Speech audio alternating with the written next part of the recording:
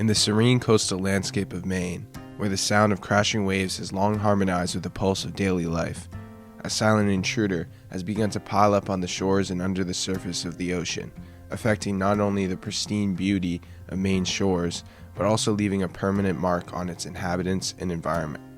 That intruder is marine debris, a term that refers to any solid, persistent, human-generated waste that enters the marine environment. This includes plastics, metals, glass, rubber, and discarded fishing gear. As it accumulates, marine debris poses significant threats to marine life, habitats, ecosystems, and human activities, and will only continue to do so unless something is done. I'm Rowan Bennett, and this is Marine Debris, Maine's unnoticed ocean waste predicament. How big of a problem would you say marine debris is for ecosystems and humans, especially in Maine? It's a pretty big problem.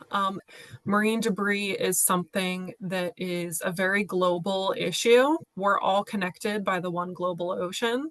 And so, trash that washes off our shores is traveling around the world through ocean currents. And then Mhm. trash that washes off the shores of other countries is ending up on our shores. And that makes marine debris a really interesting but challenging issue. That was Danielle Camberales, the East Coast Marine Debris Specialist with the National Oceanic and Atmospheric Administration Marine Debris Program, or NOAA for short, an organization which in 2006 was authorized by Congress as the U.S. federal government lead for addressing marine debris issues in the United States.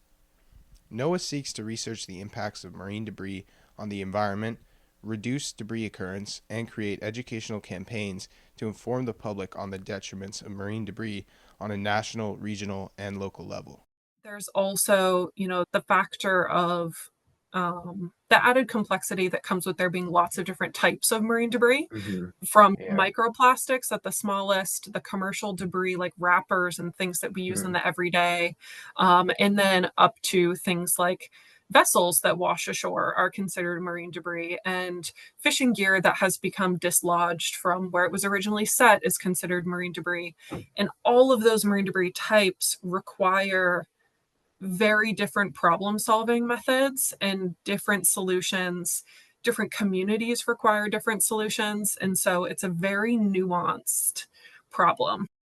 As for the biggest contributor, would you say it's wrappers and pieces of garbage that people just toss in, or would you say it's more fishing gear and netting and things like that? That's kind of what Mhm. reveals like the complexity of this problem is all of these parts are interconnected. There really isn't kind of one biggest contributor to marine debris. It really varies depending on the beach or the state or what the weather is that day and what kind of debris we're talking about. Um, there is a lot of work done investigating how much of this debris came from a coastal community, how much of it actually came from a working waterfront or from a beach, Mhm. um, and how much of it came from inland. It's known that more than half of the trash in the ocean is estimated to come from inland sources, which Mm. means that it's coming from businesses, from people's trash cans, from, things that are inland. So that kind of reveals to us where Yeah. we can start to reduce it. In 2019, NOAA created the Gulf of Maine Marine Debris Action Plan in collaboration with 30 organizations from the United States and Canada to address marine debris in the Northeast. This plan details actions to be undertaken by the partnered organizations over the course of 5 years in order to mitigate marine debris in the Northeast through various strategies. One of these partners is Oceanswide, a Maine company dedicated to inspiring environmental stewardship and conservation. Founded with a passion for ocean exploration and education, Oceanswide offers a range of programs and initiatives aimed at connecting people with the marine environment and fostering a deeper understanding of ocean ecosystems. By understanding something, you gain an appreciation for it, and those things that you appreciate, you learn to love, and hopefully, you learn to protect the things that you love. So that's what we're all about at Oceanswide. This is Buzz Scott, a former lobsterman, educator, and president of Oceanswide. We've trained tens of thousands of students in the last 16 years now, and we started by teaching them how to scuba dive and fly the small remotely operated vehicles. Remotely operated vehicles, or ROVs, are a specialized unmanned submersible vehicle controlled by an operator on the surface. As a common part of the curriculum at Oceanswide, students get to observe the depths of Maine's coast firsthand, something that would soon develop into one of Oceanswide's future endeavors. As we were doing that, we were seeing more and more of these derelict traps that had been lost in the ocean. They get hung down. Some of these fast boats go over the top of them without even knowing that they're there and cut them off. And so there's a lot of traps on the bottom of the ocean that are just laying there derelict, and they're still catching animals. So the kids that were seeing all these traps said, "Is there something being done about this?" And we said, "We don't know. Let's look into it." And we started looking into it and realized there was really nothing done as far as recovering the traps that were there and unknown to the fishermen and everybody else, because anything that's under the ocean is out of sight, out of mind. Yeah. So the kids said, let's start doing something about this. And we said, all right, let's start diving on them. In addition to their education initiatives, Oceanswide also participates in the removal of ghost gear from the environment, a term that refers to abandoned, lost, or discarded fishing gear that continues to pose a threat to marine life and ecosystems. In Maine, though, this usually comes in the form of lobster traps.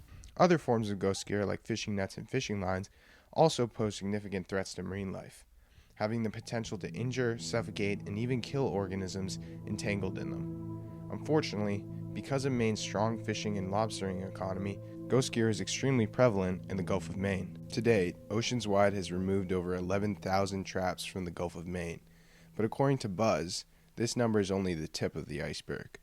In Booth Bay alone, there is estimated to be more than 35,000 derelict lobster traps, something that would take decades to clear at their current rate. We can always use more divers, more boats, because 3,600 traps in 2 years it doesn't even make a dent in what's down there. So we could have a boat in every harbor, 2 boats, 3 boats in every harbor, and still be wanting for more help. Once retrieved by Oceanswide's team of divers, the traps are either recycled and disposed of at their Goldsboro recycling facility, or returned to their original owners if they are in good enough condition. Out of the 3,600 that we pulled off the ocean floor in Booth Bay Harbor, 20% of those have been they're fishable gear that we can return to the fishermen. And they like it because out of those 3,600, about 2/3 of those traps were still fishing. And so if those traps are catching lobsters and other animals, and those animals are dying in those traps, that reduces the number of lobsters that the fishermen can catch, and that's not acceptable to them either.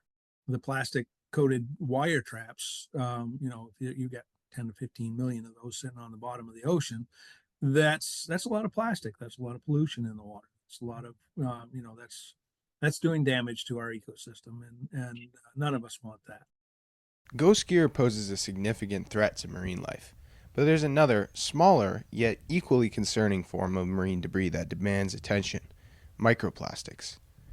Particles of plastic material nearly invisible to the naked eye and typically smaller than 5 millimeters in size, microplastics enter ecosystems through various methods. They can be released directly into the environment as manufactured plastic beads and cosmetic products, be carried through the air and deposited into marine environments from the weathering of tires, or formed from the fragmentation of larger plastic items in the water, such as the aforementioned lobster trap or single-use plastic litter. And according to members of the Falmouth Plastics Reduction Initiative, some organisms even mistake these particles for food. What we've learned is that the bottom of the food chain eat those and mistake it for food. For context, the Falmouth Plastic Reduction Initiative is a committee of Falmouth residents who advocate for the usage of policy at the local and state level to help mitigate the problem of plastic litter. A lot of those little zooplankton never mature. It gets into their system and it doesn't digest. So it just stays there. They never get robust enough to reach maturity, and they eventually die because and they're not reproducing. So it changes the whole dynamics of what's going on at the base of the food chain. Zooplankton are small aquatic microorganisms in the water column. They include crustaceans, rotifers, open water insect larvae, and aquatic mites. As primary consumers, these organisms serve as the base of the food chain. And so for those zooplankton who don't die from ingesting microplastics, the microplastics that they consume will only rise through the levels of the food chain. Marine life mistake them for algae a lot of times. They get absorbed through plant life, and the fish, goes through the food chain, the hierarchy, and then it gets into our fish, the plants, the seaweed, the algae, and certainly the water. And then ultimately we eat them. In fact, according to a 2020 study, 60% of fish globally contain microplastics, meaning that when we consume fish, we are likely also ingesting microplastics. What are some of the effects that microplastics have on the human body? I think the predominant one is the endocrine disruptors. Endocrine disruptors are chemicals that interfere with the endocrine system, which is the network of glands in the body that produce hormones. These disruptors can mimic, block, or interfere with hormones, leading to adverse effects on development, reproduction, and other bodily functions. Exposure to these chemicals has been linked to a range of health issues, including reproductive disorders, developmental delays, and certain cancers. But how does one combat such a widespread and unquantifiable problem? At any given moment, there are trillions of pieces of microplastics floating through the water column. The key, members of PRI say, is in legislation. We're putting in a lot of effort to try to slow down the non-essential single-use plastics. If we can start enacting some ordinance in town and some legislation laws in the state, that'll be a huge awareness education piece for the general public to start understanding why these things are there.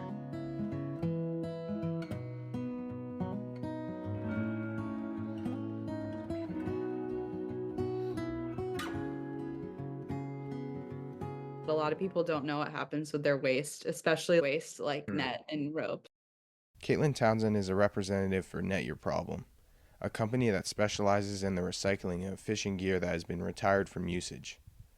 Instead of letting it go to a landfill or rot in a fisherman's yard, Net Your Problem collects, hand processes, and transports the gear to be recycled. And then once we have enough of that, it's sent off to be recycled mechanically. And mechanical recycling turns it into pellets that then can be used in manufacturing again. These pellets are then used to make various products at collaborating companies, including sunglasses, beach cleanup tools, hand planes, and even kayaks. And as of the past couple of years, Net Your Problem has expanded past old fishing gear, collaborating with organizations like Oceanswide to retrieve and recycle ghost gear in the Gulf of Maine and Cape Cod Bay. We're just recently diving into this whole world of ghost gear, if it'll be reused by artists, if it'll be sent off to be burned, we'll find the best way to dispose of it. We basically just try to find a disposal method that isn't the landfill. Like that's the end all be all. Like there's nothing else we can do with something. It goes to the landfill. Net Your Problem has recycling facilities all over the U.S., with locations in Maine, Washington, Alaska, and Southern California. At these facilities, Net Your Problem is able to repurpose nets that would otherwise be taken to landfills, which despite their inland locations, can still pollute waterways. Rainwater falling on landfills can create runoff that carries toxic leachate into nearby water bodies. It can also bring microplastic particles by way of wind from these landfills, making them a permanent grouping of waste that will take centuries to degrade but creates toxic pollutants all the while.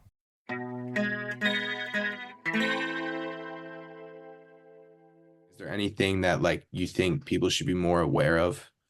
Oh yeah. I mean, outreach is and education and just basic knowledge is going to be key to making this all possible. The general public really hasn't yet gotten it. You hear people making the excuse, well, what's a straw?